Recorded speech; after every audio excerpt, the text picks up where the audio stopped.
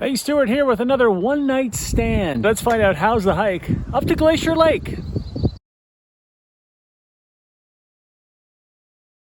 Pretty civilized trail at the beginning, lots of people too. This is right at Saskatchewan River Crossing, so a lot of people pull in here thinking they can see something, but there's a little work to be done first. About 9 K's worth.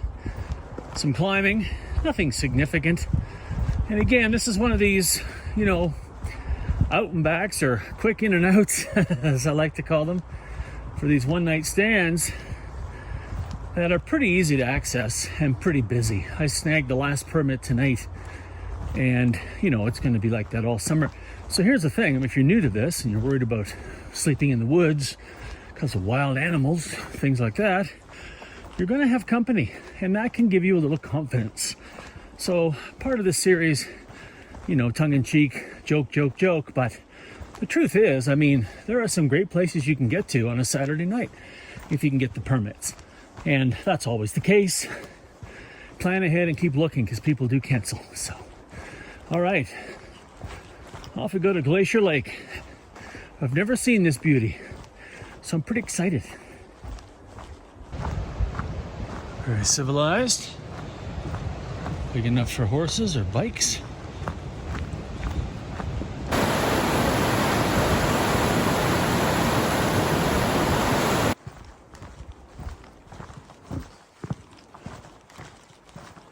Hello, beautiful. Wowie, wowie, wow.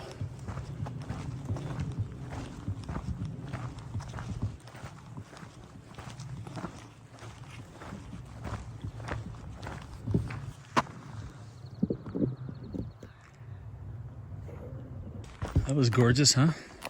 A couple of kilometers in, and there's a huge payoff. I could see kind of off to the right the ridge I'm going to have to cross over. Probably be a little steep, with Glacier Lake in behind it. So the trail peels off here to the right. But that was stunning. And 2K from your car. So even if you're a day hiker, come on in, sit in those red chairs that were there, and take it in.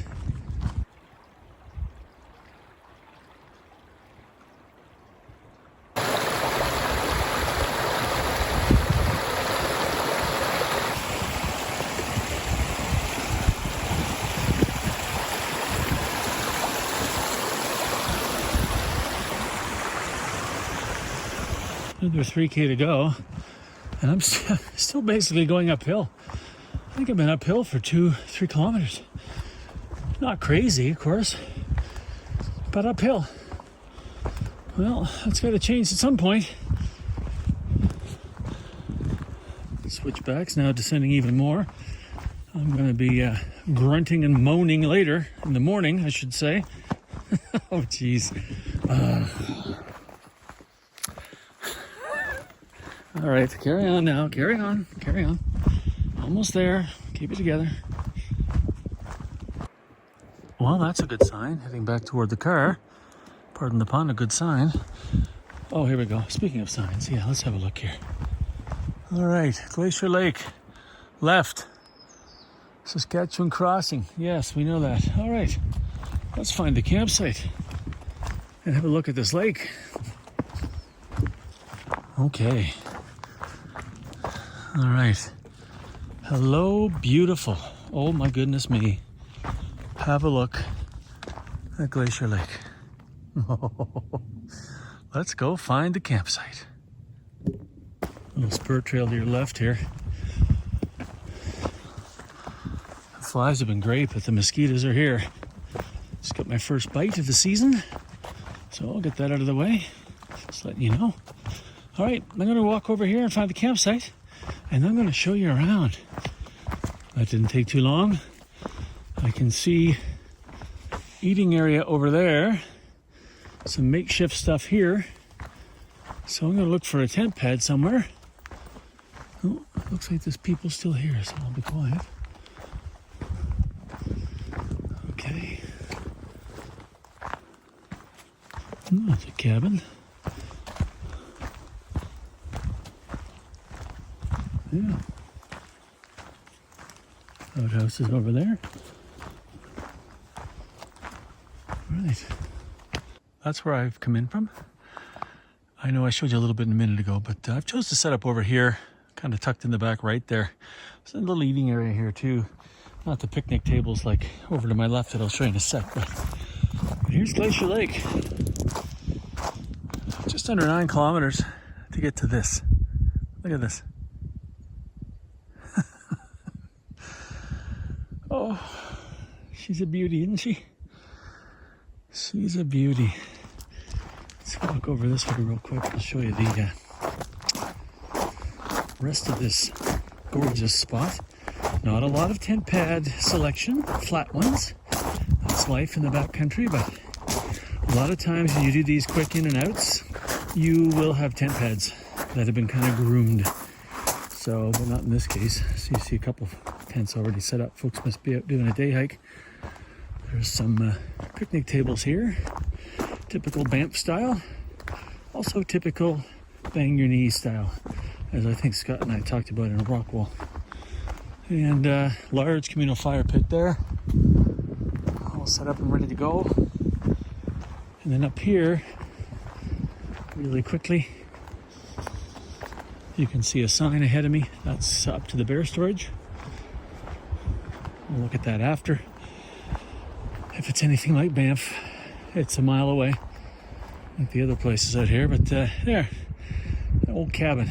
There's even a place you could go in there and sleep if you so desired. And just past these tents, the outhouse is to your right. I'm very close to where I've set up my tent. So there could be some door banging and things, but no big deal. So that's it. It's a shot of Glacier Lake camp. Well, getting ready for supper. Trying new things this summer out of necessity. Some homemade meals. You can get these packets that are actually washable or reusable. And I'll probably be talking about this in many videos. So I'm not sure what order videos are in right now. So you may have just seen this. But this is stovetop stuffing, Idaho and mashed potatoes, and then dehydrated corn and dehydrated chicken. The corn and chicken came in the big number 8 cans from some company on Amazon. And then, of course, stovetop stuffing and mashed potatoes you can get at most grocery stores. So I've experimented with it for a while, and I have it almost the way I like it. One more experimentation, I need more stovetop stuffing. So it depends on your taste. Still alone here at supper time at Glacier Lake. I'm kind of surprised. Those 2 big tents are over there, and there's food hanging at the bear storage. So my guess is they may have gone up and explored way up toward the glacier here, which would be a spectacular trip if you can get up there. There is a trail. I don't know how far it goes, but it's pretty neat. There's also other places you can explore in and around here too. I mean, the GDT is just over here in this next valley. So there's all kinds of places to wander around if you have this as base camp. So that's kind of fun. But it's been a lovely quiet afternoon of ground squirrels and woodpeckers. There were woodpeckers around. So anyway, just going to turn this around gently for you. And there is my view right there for supper. Makes everything taste even better, doesn't it? If you sit quietly at dinner, you never know what you're going to see. I'm going to try to zoom in here and show you this little armada right here. Here they are, fellas, looking ducky to me. There's a whole crew of them out here. Pardon the blurry video, but they've turned around after seeing me. So,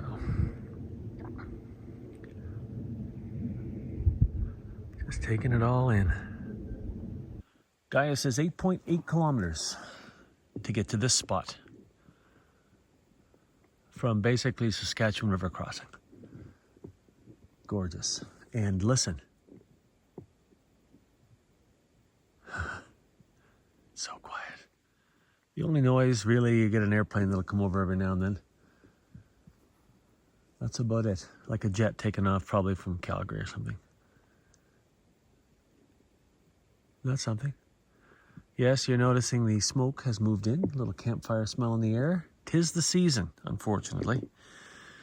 And unfortunately for all those poor people that are displaced because of these wildfires that seem to happen every year now out west.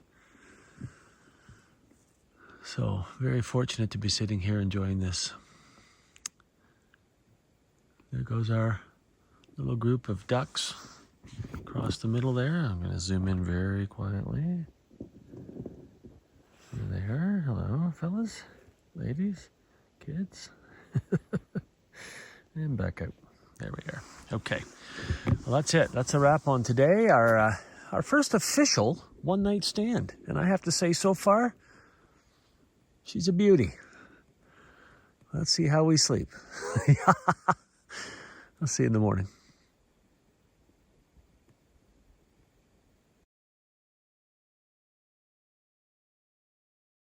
Good morning. Look at this beauty behind me. She's going to be hard to leave. And hard in many ways, having to go up that hill as I leave here. But just look at this. Stunning place to wake up. I mean, I showed you this last night, which will be seconds ago in the video, but it is stunning here. Isn't it nice? Sun's up. A little haze in the air from the smoke, but I'm going to get some coffee and breakfast and sneak out of here. Underway bright and early. Although I hate to leave, it is. This is a stunning place. There was a loon out there calling this morning, and wow. I do know, however, that I'm going to be taking my time for the first couple of kilometers because they're basically straight uphill. So, you know me and uphills if you've watched any of our videos in the past. I mean, none of us like them, let's be honest.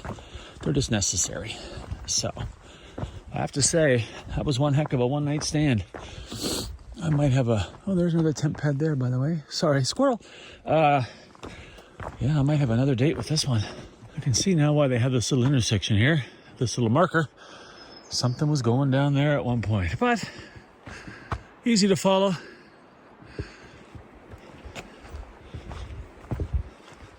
I remember you.